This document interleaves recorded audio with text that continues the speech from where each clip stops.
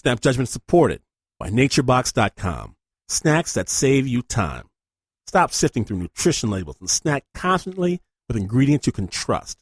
Find delicious snacks like sriracha, roasted cashews, and Big Island pineapple. Go to NatureBox.com to customize your first box now. Okay, so last year, I go to the park with my little boy, right? He's 7. He's a good boy. I tell him that Daddy's going to play a little basketball, and I walk over to the court. There's a few fellas there, 18, 19, 20 years old. They see me coming, and the one guy, he looks me up and down, and he says, sir, we play rough out here. I tell him, shut up, let's ball. And we do, and I'm juking him, bam, 2 points. Make it, take it, baby. Bang! Count it again. Pow! We play rough out here. I shove one guy in the back of his head before taking it to the hole. Who's playing rough now, fellas? I look over at my little boy. He's watching me intently. I give him a little wink. 2 of the big fellas start running at me as I wag my finger at them from way behind the 3-point line. And right before the big fellas collapse on me, I jump. Up, release, big arc, the ball soars, spins. Nothing but net. Too bad. I raise my arms in triumph, walk off the court. My little boy runs over. He looks at me with such admiration and pride, real pride. He says, Daddy, why didn't you join the NBA? Well, I was gonna, but your mama said I wouldn't like all that nasty stadium food. He nods in understanding. Fast forward 1 year. About a week ago, same park, I'm playing basketball with my boy. He shoots, and the ball gets lodged between the rim and the backboard. Stuck. Dad, jump up there and knock that ball down. I look up, and I know that me jumping up 10 feet in the air and knocking the ball down, that's not going to happen. I can't do that. And the boy, he senses my hesitation, and I can see his admiration, his confidence, his surety leaking away, and I cannot have that. So, I back up a few steps more. Maybe if I build up a head of steam, I can... Hurry up, Dad, get the ball so we can play. I start running, faster. I get ready, and I run right past the backboard. Son, this isn't teaching you anything. If I just jump up there, huh? How would you get the ball if Daddy wasn't here? He thinks about it. With a stick? Well, go find one. He does, and manages to pry the ball loose all by himself. We play. We have a great time. And for a few more weeks, days, hours, maybe, before he finds me out, I get to be that guy.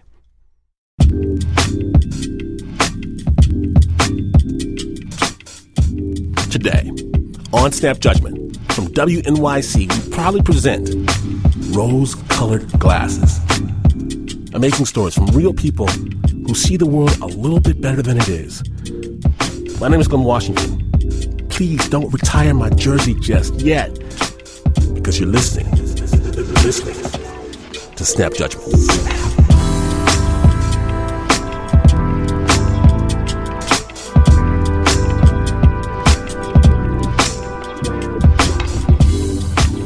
Now then, who doesn't get swept up by a good story? It's the best way to see the world, especially if you're surrounded by good friends, good music, and that odd neighbor who can spin a tale like no one else. Snap Judgment.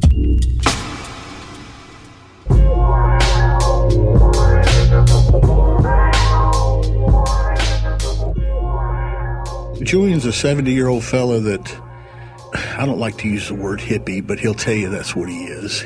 Not to mention that he walks our neighborhood barefooted. Anytime you see bare feet on the road, you know Julian's walking around. Frequently, we would have what we called a neighborhood happy hour. We called it the Pineywood gathering, because everybody down there happens to have planted pine trees either on their property or in their vicinity. Most Friday nights, Rodney and Julian and some of their neighbors would build a large bonfire, blast some good old Southern rock and roll music, grab ice-cold beers, and sit back as the sun dropped behind those pine trees. It was a sweet escape from the long work week, and if you hung around long enough, you were bound to hear Julian's crazy story.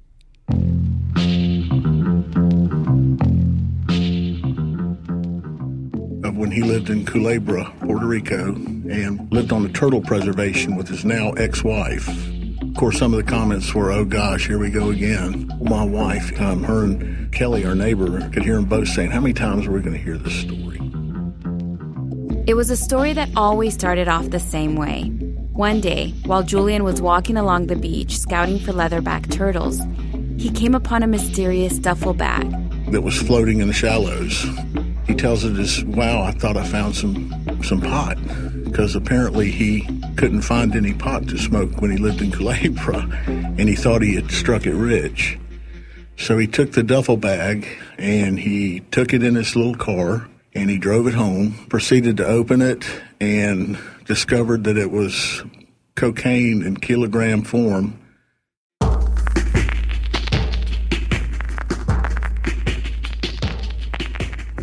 He said there was about 16 or more packets wrapped in plastic and waterproof tape. He then buried the cocaine near his house.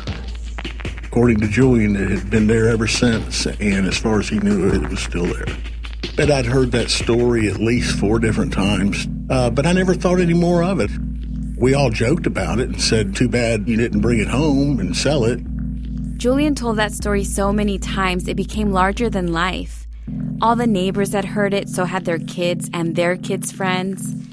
And then one day this guy who worked for Rodney, Andy, introduced him to his roommate, Danny. I'll never forget his words. His first words to me were, "Hey man, I can help you with that cocaine you've got in Puerto Rico." It caught me off guard, and it immediately had Andy get in the truck, and we left, and I asked Andy, what in the world was that all about? And, Andy said, "Well, he's heard the story. He's been asking me about it, and he wanted to talk to you about it." My response to him was, it's just a story.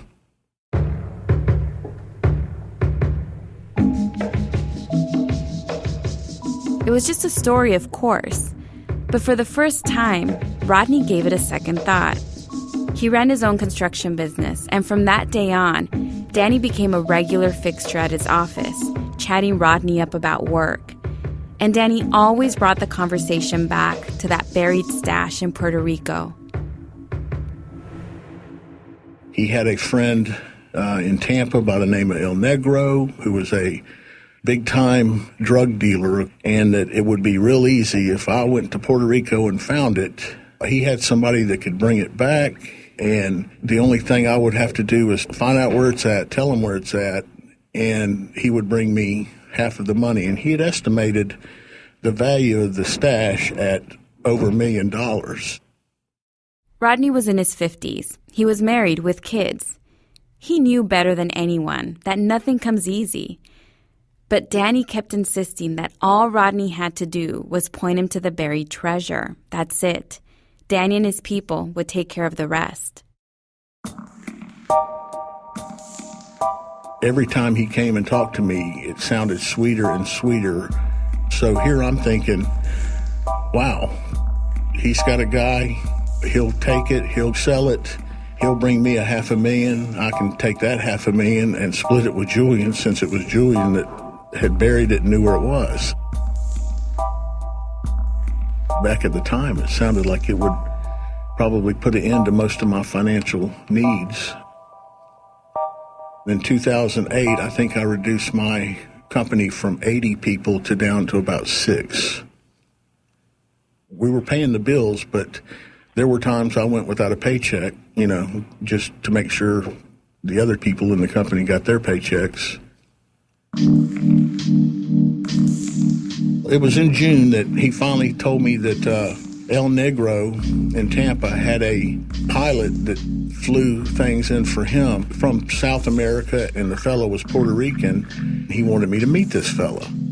I really wanted to see what a real live drug smuggler looked like that owned their own airplane, because I've seen it on TV, but never really saw one in person. I want to put my eyes on this guy, see if he even shows up, see how accurate Danny was in what he said. And so I thought, fine, set it up.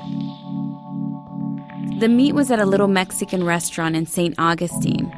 When Rodney got there, Danny was sitting with a man in a suit by the name of Carlos Rodriguez. Carlos Private Air was the name of his company, and he had his pilot with him. He asked me if I wanted a drink, and I ordered one margarita. They quickly got down to business, and this guy, Carlos, offered to fly to Puerto Rico, get the stash, and drop it off in Florida. He said, let's just assume there's 26 bricks there. He says, my fee would be 4 bricks, and the rest will be delivered.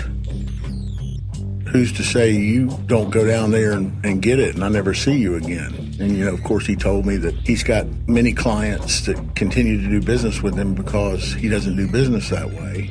He tried to be a little bit on the cocky side, but I'm a big guy, 5'10", 300 pounds. I'm a little overweight, but I'm solid as a rock. Only when they started telling me how easy they could get rid of it, how successful they had been on trips down there before, did it make it sound to me like, well, my exposure is very limited. All I've got to basically do is verify it's there and give them a map. And looking at the guy, dressed perfect, high-dollar slacks, high-dollar shoes, drank the best whiskey he could buy. That's when I became interested. When I left that meeting, he really had me fired up and excited that this could happen. Rodney decided now was the time to bring the plan to Julian. The next day, he knocked on his door and told him everything about Danny's hookups, about the low risk, and about cashing in $500,000. He was totally fascinated and excited about the whole idea. I even invited him to come with me, and he said, no, I'm not going back down there because if my ex-wife finds out I'm there, it'll be nothing but trouble. Julian and I sat down at a laptop computer on his front porch, and we pulled up a Google map, and he basically circled where he buried it adjacent to this cistern and, gave me a pretty good idea of where it should be. That's when I booked a flight to Culebra from Orlando just to see if this is real. And like that, Rodney entered the story. There was no going back. But he wanted to keep his wife out of it, so he told her he was going fishing for the weekend with some friends. I have a business partner that I didn't even share this information with. Nobody was to know anything. I mean, I just, you don't ever tell your right hand what your left hand's doing, what I've always been told in business, and I tried to maintain that. Rodney did not want to make the trip alone, so he took Andy with him, the one person who knew all about Danny and his proposition. They made the 3-hour flight to Puerto Rico, checked into their hotel, they bought a shovel, and that night they drove down a long, winding road to the wildlife refuge where Julian's house used to be. And it was pitch black, and, we were trying to be quiet, not make any noise. We didn't want anybody to know what we were doing. The only illegal thing at that time was me thinking about it. There was nothing illegal about what I was doing, and that made me feel better about the reason I was there. If you looked inside the cistern, that pipe was like only 6 inches down from the grade, from the ground level. So we thought we could scrape around, kick around, and get down, at least find the pipe and track the pipe to the end. But when we kicked around, after about 10 minutes of not even getting an inch into this rocky ground, it was coral. That was it. Forget it. You'd have to have a backhoe come in here and dig it up, or you'd have to have a pick and a shovel, and everybody and their brother's going to see you in here digging during the day. When I left Culebra, I knew if I ever came back, it wouldn't be to look for that. It would be to go to the resort where I stayed and eat another 4-pound lobster for $35. Carlos Rodriguez, when he called me, I said, man, forget it. I'm done. It's going to remain a story.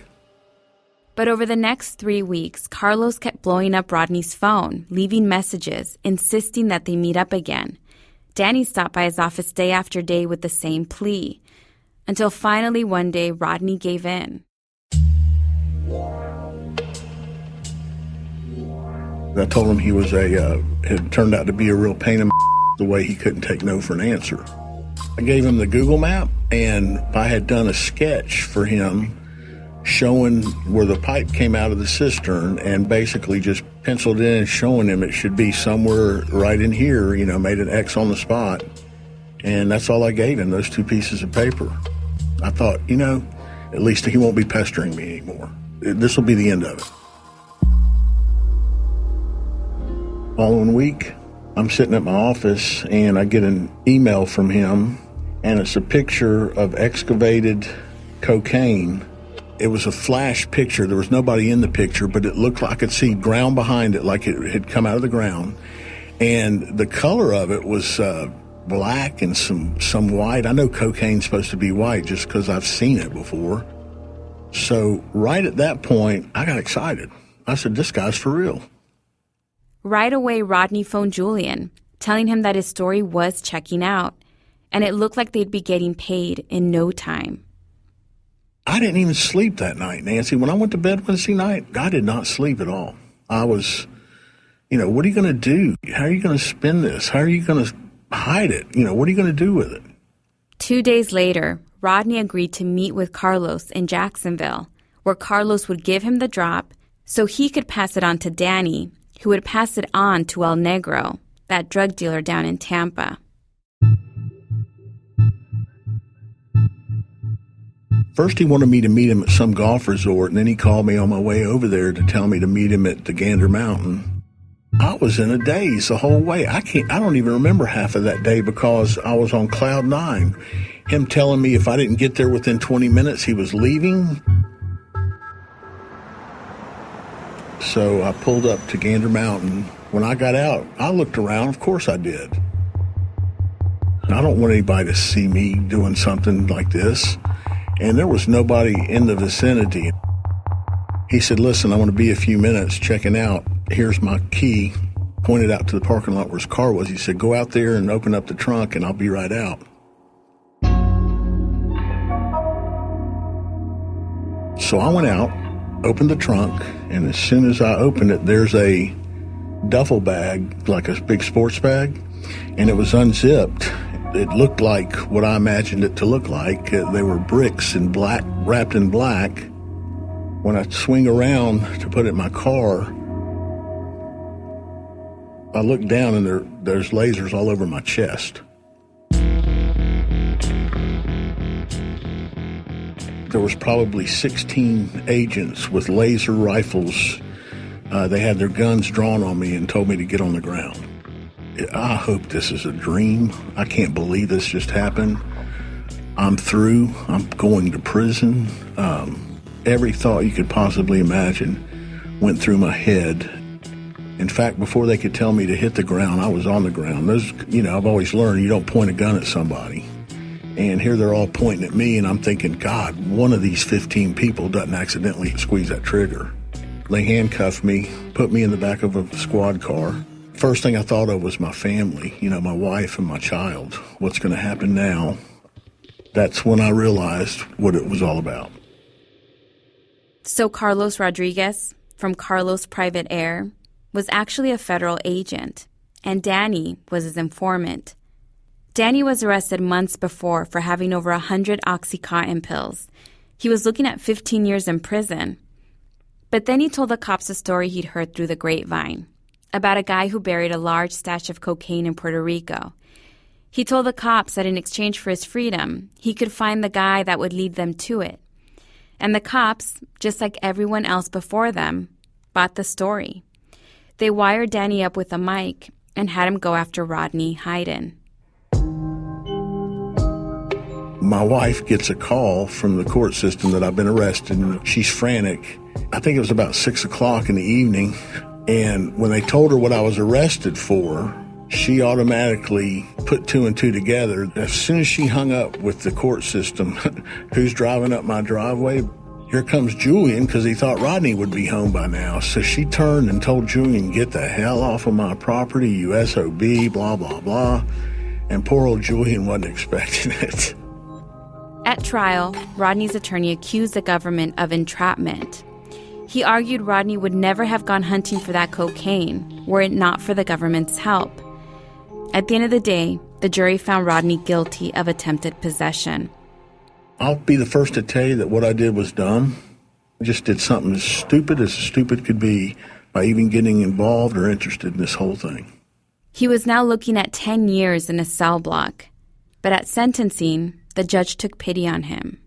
He says, I know, and the government knows this is not a drug dealer you're dealing with here. If Mr. Hyden would have found it, I don't think he knew what to do with it. The judge sentenced Rodney to 60 days in prison and 5 years of community service. Basically a slap on the wrist. But Rodney doesn't think he got lucky at all. I mean, I'm on tape telling them that I wasn't interested anymore and forget it. And then they kept pursuing it for 2 more months. Was I interested? Yeah. Was I wrong? Yep, I sure was. Will I do it again? Nope. Will I ever trust anybody again that I don't know when they come talking to me about something like this? Absolutely not. Does Julian still tell the story? I don't know. I haven't been to any more happy hours. We kind of quit having them after all this happened.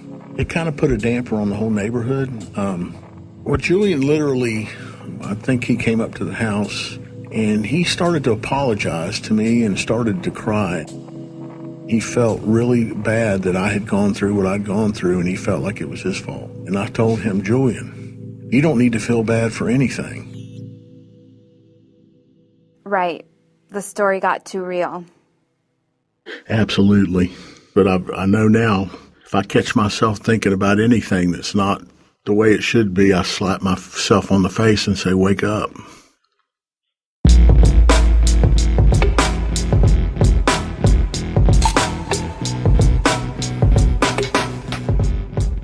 Thank you, Rodney, for sharing your story with Snap.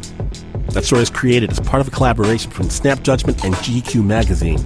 The original sound design was done by Leon Morimoto and was produced by Nancy Lopez, along with Daniel Riley, who first reported Rodney's story for GQ. You can find a link to Daniel's original article, The Great Cocaine Treasure Hunt, at GQ.com. On Snap Judgment, the Rose-Colored Glasses episode continues. One lucky young man gets the best job in the world. And the end of everything you've ever known. For real. On Snap Judgment, the Rose-Colored Glasses episode continues. Stay tuned.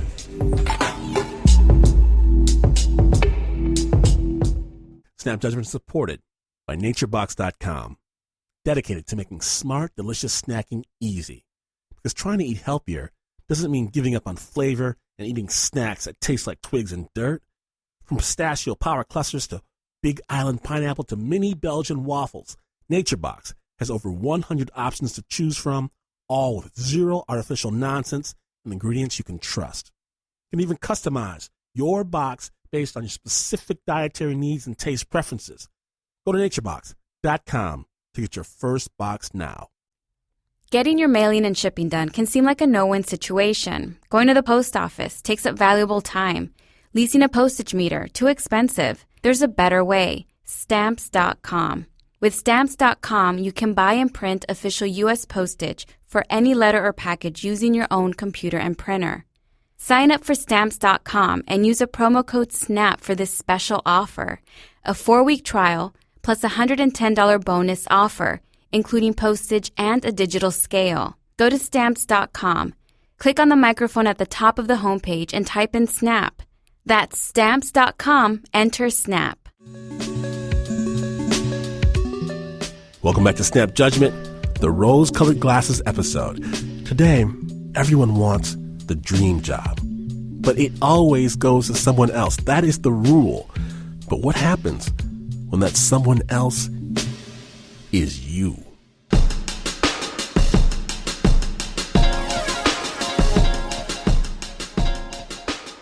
This story starts back in the early 70s New York, when Merritt Riley was the Yankees' biggest 11-year-old fan.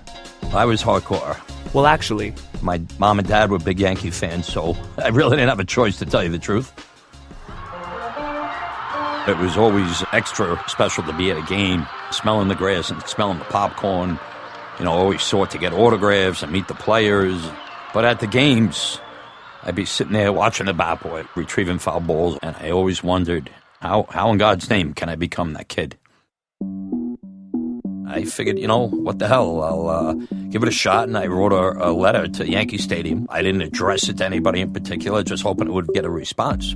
And he did. Pretty quickly. From a bat boy named Joe. Being the kid I was, I got the letter, and I was so excited. It was written on Yankee letterhead stationery, and I was like, wow, this is it. I showed my mom and dad. Bat Boy Joe wrote back and said, in order to join the Bat Boy Club, you had to have good grades, athletic ability, be 16 years old. Merritt only met one of these requirements. He was a smarty pants. Yeah. But over the next 5 years, Merritt set his little mind and body to it, and bada bing bada boom, Joe hooked him up, and Merritt became a Yankee bat boy. And even before he did any bat boy things, it changed his life. I'm kind of making fun of myself here. When I was in high school, I was like a little nerdy kid, I wasn't really, one of those popular kids, you know what I mean? All of a sudden, everybody wanted to be my friend. Kids that I thought would never talk to me because they were the cool kids, they were the jocks. It's funny because a lot of those kids are friends still today. Best part of the job was being around players that, a year or two before I was watching on TV and only dreaming that it would be like a dream to meet these people, and now I'm in the same locker room as them. Being a bat boy's no easy work. Merritt shined all the players' cleats, did the laundry, and during practices, he'd shag fly balls. But his most important job was during the game. During the game, you have one responsibility. Once that player that's at home plate hits the ball, whether it's a base hit or an out, your main and only responsibility is to get that bat and get it right back to the dugout. Once in the dugout, all Merritt had to do was return the bat to the bat container, where the other bats hung out. During the game, the Yankees were very, very strict about not being part of the game, being invisible, really. Now, Merritt was planning the rest of his life and career from his gig as a bat boy. If he did a good job, his plan was to become an umpire. Well, that was the hope, at least until July 24th, 1983, Yankee Stadium. Merritt's beloved Yankees were facing one of their biggest rivals, the Kansas City Royals. It was a Sunday afternoon in July, and back then the Yanks in Kansas City, they saw each other a lot in the playoffs, and it was a packed house. It was hot. It was a loud, boisterous crowd. Now, this game was extra special to Merritt, not because of the heated rivalry, but because of one player on the Royals, the superstar hitter George Brett.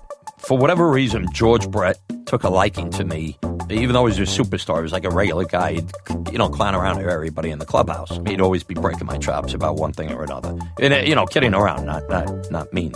He had a nickname for me, and it was Spalding from Caddyshack. Spalding Smales. Not the coolest nickname. Spalding from the movie Caddyshack is a spoiled brat infamous for picking his nose and eating it. You know what? It wasn't like I liked the nickname. I just liked that he noticed me enough to have a nickname for me. He made you feel important. That made me like him, He definitely became my favorite. Yankee fan listeners, don't worry about it. His allegiance is still with you. Yeah. George Brett was one of those guys that I would secretly root for. As long as the Yankees would win the game, I was rooting for George Brett to do well. There weren't other players I could say that about that were not on the Yankees. All right, so back to the game. First inning. Second, third, fourth. The game didn't stand out for any reason. Seventh inning. Eighth inning. All right, here we are on the top of the ninth inning. The Yanks are up 4-3. And it's a very close game, with the Royals at bat, with 2 outs and a runner on base. You figured the Yanks are going to win this game. You have the Yankee closer, Goose Gossage, who basically was lights out once they brought him in. But the player from Kansas City gets on base, and none other than my favorite player in baseball, George Brett. The crowd's on its feet. George Brett is known as the Yankee Killer, but also well known as the hemorrhoid guy. Back in the 1980 World Series, George had to leave a game early because hemorrhoid pain. Since then, every time he came up to bat, he was the butt of all jokes and jeers. The crowd is going wild, jeering at George Brett because of a hemorrhoidal issue. I got a big conflict going on in my head. I'm rooting for this guy, George Brett, to get the big hit. But at the same time, I want to see my favorite team win the game. So George Brett's at bat, and Goose Gossage leans in and delivers a pitch. Uh-oh. And I could tell just from the sound of the ball hitting the bat, this thing was going to leave the ballpark. There was a very quick moment of silence, and then all of a sudden the place went crazy. And now the Royals have the one-run lead. So right away, I get up to home plate. I grab the bat. At the time, I know that I have to get that back to the dugout. But I said, you know what? I know I'll probably get in trouble, but I'm going to wait there. I'm going to wait there with the bat. And I want to high-five him when he comes around because he was such a good person to me. I wanted to show that I'm a Yankee fan, but I'm a George Brett fan. While I'm standing there at home plate waiting for George Brett to round the bases, the manager of the Yankees, Billy Martin, is on the top step of the dugout. The veins of his neck just like protruding from his neck because he was screaming for his catcher to check the bat, check the bat. Right after that, the catcher of the Yankees rips it out of my hand, and he begins to inspect the bat for cork. When players cork their bats, makes the ball travel further. It's cheating. The catcher checked it for cork and then saw that there was no cork, and he just dropped it on the ground right next to me. Got to be honest, I didn't know what was going on. At this time, George Brett now crosses home plate and just went right to the dugout. I did not get to high-five him because now I was so caught up in what was going on. Right after that, the manager ends up at home plate screaming, I want that bat checked. I want it checked for pine tar. What about Frank is that he's got too much pine tar, and the umpires are going to get together. George Brett looking around and wanting to know what's going on, and the umpires are going to Pine tar is a sticky substance that players put on their wooden bats. Basically, it helps them grip the bat, swing the bat, and hopefully hit a home run. That pine tar up that far on the bat. First time in a long time I've seen the umpires huddle this long and have a meeting over it. Both they're feeling it, see, to see if there's some sticky stuff around there. But there is a limit to how much pine tar one can use. 18 inches from the tip of the handle, about the width of home plate. The umpires take the bat, they lay it down against home plate to determine if the pine tar was too far up the handle of the bat. Right across home plate. I've never seen this. I never have either. The umpires struggle to make a call, and that's because the pine tar rule, it's one of those obscure rules that's rarely enforced. And here, the crafty Yankee manager was waiting until the perfect moment to bring this tiny rule down on George's head. I'm thinking if I would have just picked up the bat and gotten it out of there instead of waiting at home plate for the high five, none of this would be happening. That's Nick Bremigan with the bat. This is going to be an interesting call. Brett isn't sure whether he has a home run yet or not. At that point, I stopped slinking away back towards the dugout, walking backwards. And the players were angry. And at one point, George Brett, who's now pacing up and down the dugout like a raging bull, he says, all I know is that if they call me out, you're going to see 4 dead umpires. 4 dead umpires. 4 dead umpires. And almost right after that, almost immediately after that, the whole paid umpire looks towards where the Kansas City Royals were and makes the out sign. They might be going to call George Brett out. Well, the Yankees win. He's out. Yes, sir. Brett is out. Look at this. Brett is out. He's steaming mad. George Brett just charges out of the dugout like a maniac. First couple buttons on his shirt were like open. You know, his hair was a disaster. You know. Forcibly restrained from hitting plate umpire Tim McClellan. Oh, it was crazy. It was crazy. And the Yankees have won the ball game 4-3. Brett is called out for using an illegal bat. Now I position myself inside the dugout, at which point the players from Kansas City are yelling at me. Why the hell didn't you get the bat? I was... You could edit this? I was my pants. 50,000 people and all these big baseball players, and I was scared. I'm not afraid to say that. I was scared. At this point, all hell breaks loose. Yankee Stadium security, the guys in suits and ties, they're out on the field. And one of them comes up behind the umpire and swipes the bat out of the umpire's hand and makes a beeline for the dugout. At which point, a pitcher for the Kansas City Royals, Gaylord Perry, sneaks up behind the Yankee Stadium security and swipes the bat out of his hand. Well, a Yankee security person and one of the umpires quickly are chasing whoever has the bat. Jose Martinez is holding Brett. Bobby, I've never seen this in my life. It was some out of a movie. It really was. It kept getting worse for me. It was like a bad nightmare. It kept getting worse. The game ends. Yankee fans celebrate as they leave the stadium, while the Royal fans are still stunned. The players are gone. The umpires are gone. The whole swarm of people is gone. I'm in the dugout by myself. One of the clubhouse managers comes down and says, you don't want to go up into that locker room right now. The Kansas City Royals want to see you. They're pissed off at you. So Merritt begins his post-game duties, knocking the mud out of spikes, cleaning up the Yankee locker room. At that point, I thought it was the end of the world. This is the biggest thing ever that's happened to me. The manager of the clubhouse, where the Royals were, came down and said, look, it's safe to go back down to the locker room. The guys that were angry are gone, so come on down. All I could tell you was I was real nervous. I entered the locker room very, very timidly, and I opened the door to the locker room. On the left-hand side is a swarm of reporters. And guess who's in the center of this swarm? You guessed it, superstar George Brett.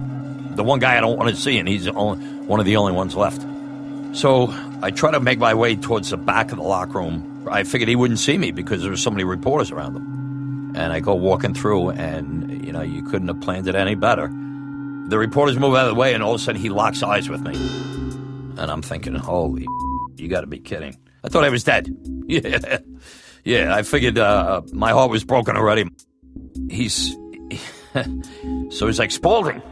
And I stopped dead in my tracks. And I didn't expect that at all. That he would be in the mood where he's calling me by my nickname, And I was like, yeah. And he looks at me and says, why didn't you get the bat? And I'm like, holy Christ, what do I say? What do I say? I'm speaking to a Major League Baseball player. I'm 16, 17 years old.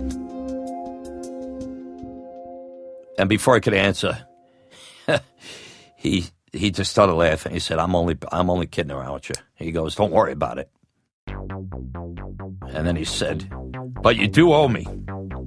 And I remember saying, as clear as day, whatever you want, whatever you need. So he says to me, do you want me to tell you what he says to me? He says to me, the next time I'm back here in New York City, he goes, you're going to get me laid.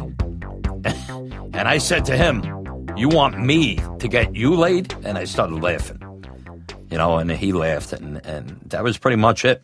After the Pine Tar game, people called George Brett a cheater for using a special bat. But George, he got the last laugh. Eventually, the Pine Tar ruling was overturned, George got his home run back, and the Royals won the game. Oh, and remember the Hemorrhoids nickname? That was now behind him. As a result of the Pine Tar game, that nickname was forever gone. People don't even know about it, really. I know this whole incident could be blamed on my hero worship of George Brett. Any other player, I went up and retrieved bats probably thousands of times. The one time I didn't do it, this baseball history was made. He's out. Yes, sir. Brett is out. Look at this. He's steaming mad. He is out. Bobby, I've never seen this in my life. And still to this day, I still have not gotten that high five I was looking for. Thank you, Merritt Riley, for sharing that story with the Snap. Merritt still considers himself the Yankees' biggest fan. And a big shout out as well to Daniel Barbarisi from the Wall Street Journal for bringing us that story. We'll have a link to his story on our website, snapjudgment.org.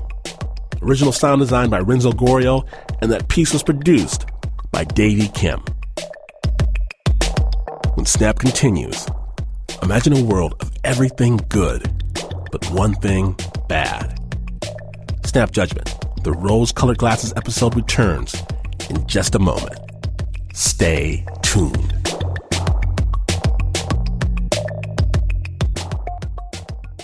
Snap Judgment is supported by NatureBox.com, dedicated to making smart, delicious snacking easy. Because trying to eat healthier doesn't mean giving up on flavor and eating snacks that taste like twigs and dirt. From pistachio power clusters to Big Island pineapple to mini Belgian waffles, NatureBox has over 100 options to choose from, all with zero artificial nonsense and ingredients you can trust. You can even customize your box based on your specific dietary needs and taste preferences. Go to naturebox.com to get your first box now. This podcast and the following message are made possible by Getty Images iStock, with images that inspire, challenge expectations, and change minds. You'll find high-quality photos backed by professional expertise at prices to suit any budget. Visit iStockPhoto.com.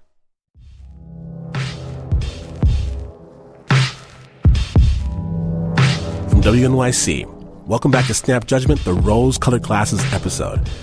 My name is Glenn Washington, and today on the show, reality is not as it seems. And for our next story, it's not that it didn't happen, it's that it didn't happen yet. Snap Judgment.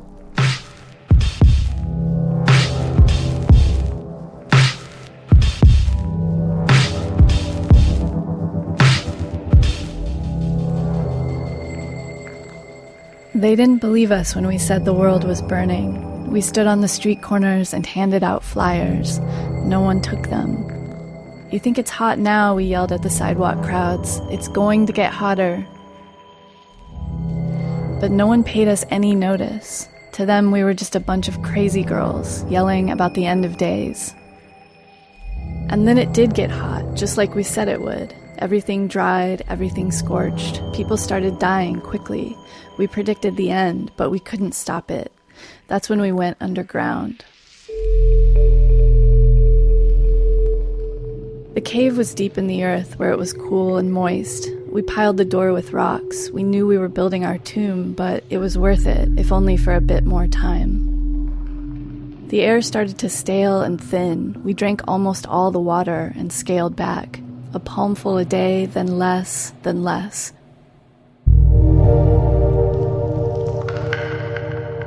One night while I stared into the black of the cave, I listened to everyone's breathing. Some were awake, some were asleep. They were all breathing fast and shallow. Their throats were dry. I slowed my breath, one of mine for every two of theirs. Then 3, then 4. As a girl, my father told me about holy men and women who could slow their bodies to the brink of death.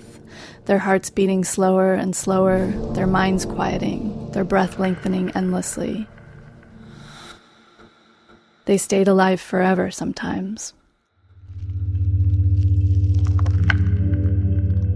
That night, as I lengthened my breath and listened to my heartbeat slow, was the last time I was truly awake. My heartbeat, my breath, my life came to a halt. I could hear the cave around me, hear the girls cough and moan and sometimes cry out. But when the noises became too sad to hear, I found I could escape into the fog. I could stop hearing, stop feeling, stop thinking. When the girls started to fade for good, I pulled the fog over me for the last time.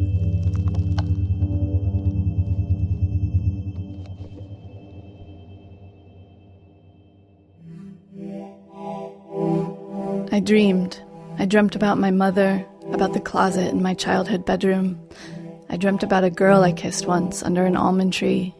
I dreamt about a salamander I once found, crushed under a rock next to the stream by my mother's house. It seemed I would dream forever.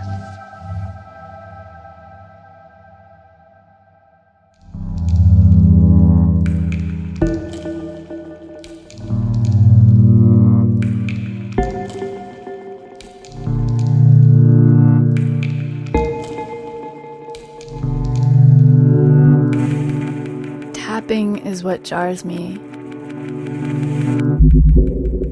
Tapping, then clanging, then a large rumble. The sound is so loud it tears the fog off of me. Did you ever stare right at the sun, right at it, until all you could see was the brightest, most painful white?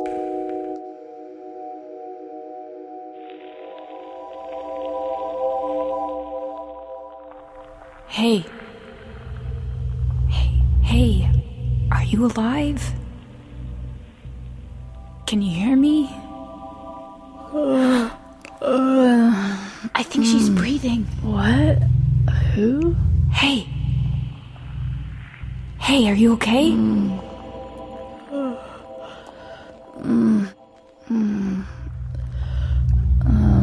Can you hear me? Are you okay? What happened? Oh my God, you're alive. You must have been here a long time. I can see right through your skin. Do you have a name? Can you remember anything? The world was very hot. I thought no one survived the burning. We were right. The world burned. Yes, it's a lot to explain, but the world burned and then cooled. When the water came back, the plants started to grow, and the people who survived came back up from the pole. How do you know? I study it. Some of us still do. Can you stand? No.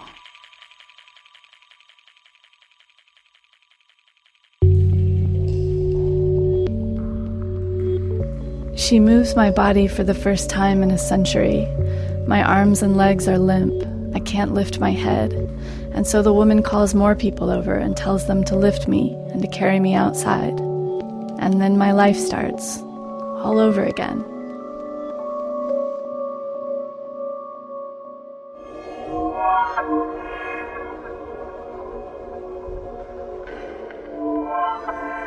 I think I waited my whole life to open the cave.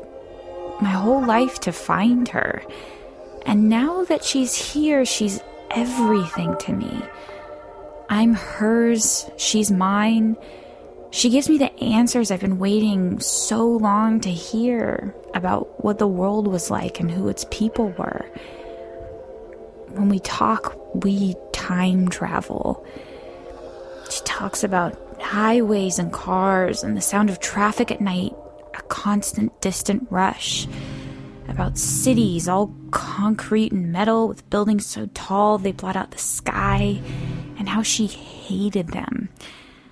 She told me about the beach of her childhood, cluttered with boats and swimmers, hotels and arcades just beyond the sand. She loved the beach's pebbled shores best. So I find river-smooth stones and slip them into her pockets. When she finds them, she tells me she's never felt stones so soft. This world is so new, she tells me, and the people are so different. Everybody's young now. They just stay that way. My eyes crease in the corners, but yours don't. Why? I tell her how young I was when they gave me the herb. Just old enough for teeth, just old enough to chew. It tasted like sugar and grass, and it left my mouth blue for days after I ate it. And after 2 decades of growing and aging, I stopped. Years pass, and we all stay the same. My cheeks never line, my bones don't brittle. They may, but we don't know when. Will you die? I don't think so. Will I die? We can't give you the herb. It only works if you take it as a child. I don't want to die. Don't say that. I don't want to think about that. They say dying is lonely. We don't say that anymore. We wander as much of the world as we can. The oceans have grown, the coasts have changed. Sometimes we find the dead rubble of cities pounded into ash and sand. We rarely encounter other people, but we're not lonely. After time, we can speak without words. I can see her sadness, her happiness, her impatience, her wonder in her hands, her arms, the slump of her back. And then one day, she finds a gray hair under her cap and shows it to me. I shrug it off, but my throat closes. I pluck her hair and throw it into the wind. But more appear, and she starts to slow and stiffen. As each year passes, her braids get more and more silver. And then one morning, I find her letting down her bun, and her hair spreads white across her shoulders. She runs her fingers through it, shakes her head. She tells me, "It's time to go home." We have more to see, we have more time. No, you have more time. I don't want this to end. I don't want that either, but I've seen enough. This is your world, not mine. Let's go home. I want to see my cave again. When we return to our homeland, we're met by a small crowd. They scoop her up onto their shoulders and bring her to the cave. We clear the rocks away, and in the middle of the dark, low room, we build a bed. Right in the spot where I first found her, asleep. She finds my eyes and smiles. And then she climbs in, and we watch as she falls asleep. We listen as she breathes one breath, then another, and then no more. I put my ear to her chest. I can almost hear the thud of her flesh and blood and bone. I feel her palm, and there's no warmth there, but there's no cold either. I tell them I want to stay. I want to be there when she wakes. But they shake their heads. She's gone, they tell me. She's not coming back.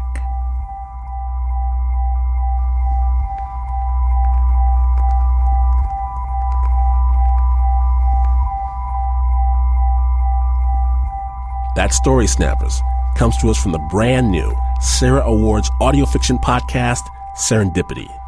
Katie Mingle is the voice of our sleeping girl, original sound design by Leon Morimoto. It was written and produced by Eliza Smith and Mark Ristich. Our good friends Ann Hepperman and Martin Johnson make Serendipity out of Sarah Lawrence College. Subscribe to the Serendipity podcast today on iTunes or wherever you get your podcast.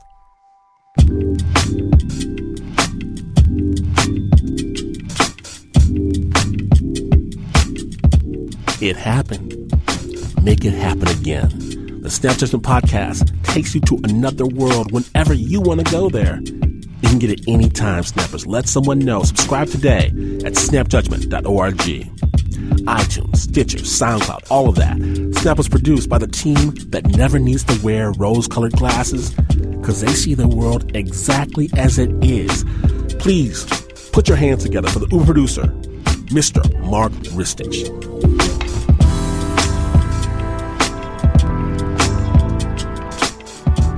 Pat Mesiti-Miller, Anna Sussman, Julia DeWitt, Joe Rosenberg, David Kim, Renzo Gorio, Eliza Smith, Anna Adlerstein, Leon Morimoto, Matt Ducat, Jasmine Aguilera isn't going to take it anymore.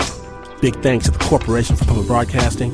WBEZ in Chicago is the place at WBEZ when you're in Chicago. This is not the news. No way is this the news. In fact, you could go through a seismic shift in public media that changes the credits on even your favorite shows, and you would still not be as far away from the news as this is. But this is WNYC.